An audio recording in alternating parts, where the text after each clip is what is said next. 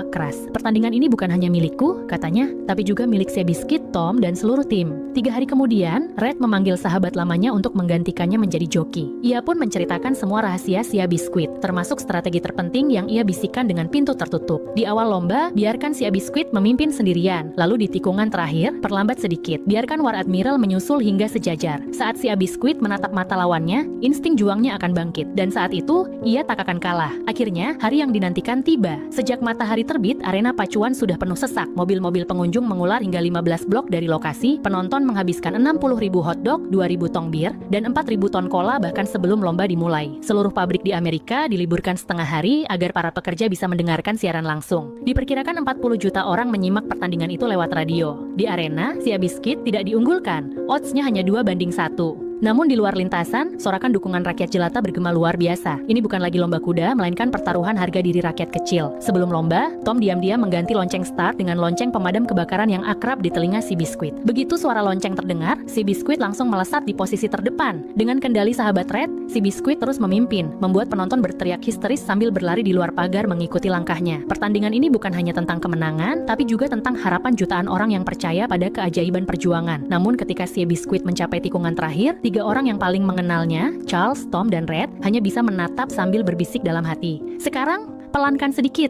dan joki pengganti itu menepati janjinya, memperlambat sedikit di tikungan terakhir. Saat War Admiral perlahan menyusul dari belakang, kedua kuda itu akhirnya berlari sejajar. Begitu Seabiscuit melihat bayangan lawannya, semangat juang yang telah lama terpendam akhirnya meledak. Joki pengganti Red tersenyum menantang, melambaikan tangan, dan berkata pada lawannya, "Selamat tinggal." Kemudian ia melonggarkan kendali, membiarkan Seabiscuit berlari secepat angin. Awalnya hanya unggul 1 badan kuda, lalu 1,5, 2, hingga akhirnya 3 badan penuh. Sorak-sorai penonton menggema ketika Seabiscuit melesat melintasi garis finish sebagai pemenang mutlak. Dari seekor kuda kecil yang dulu tak dikenal siapapun, kini ia menjadi legenda. Dari yang dulu dibuang dan diremehkan, kini ia menorehkan sejarah sebagai juara berturut-turut. Kemenangan ini bukan hanya milik Seabiscuit, tapi juga milik seluruh rakyat kecil Amerika yang berjuang melawan nasib. Di ranjang rumah sakit, Red yang masih terbaring lemah mengepalkan tangan dan bersorak dengan semangat. Namun, sesaat kemudian wajahnya murung, karena ia sadar kejayaan ini seharusnya ia rasakan bersama Seabiscuit. Setelah pertempuran abad ini berakhir, Red kembali ke peternakan untuk memulihkan diri, sementara Seabiscuit terus berkelana mengikuti berbagai perlombaan. Namun takdir mereka berdua sudah terikat erat. Dalam salah satu lomba, Seabiscuit mengalami cedera parah pada kaki kanannya, patah tulang total. Dokter menyarankan agar Seabiscuit disuntik mati supaya tak menderita. Mendengar saran kejam itu, Charles menatap tajam dokter tersebut, lalu tanpa ragu membawa Seabiscuit pulang ke peternakan untuk dirawat. Ketika Red melihat sahabat lamanya kembali, ia tertatih-tatih dengan tongkat dan melompat dengan satu kaki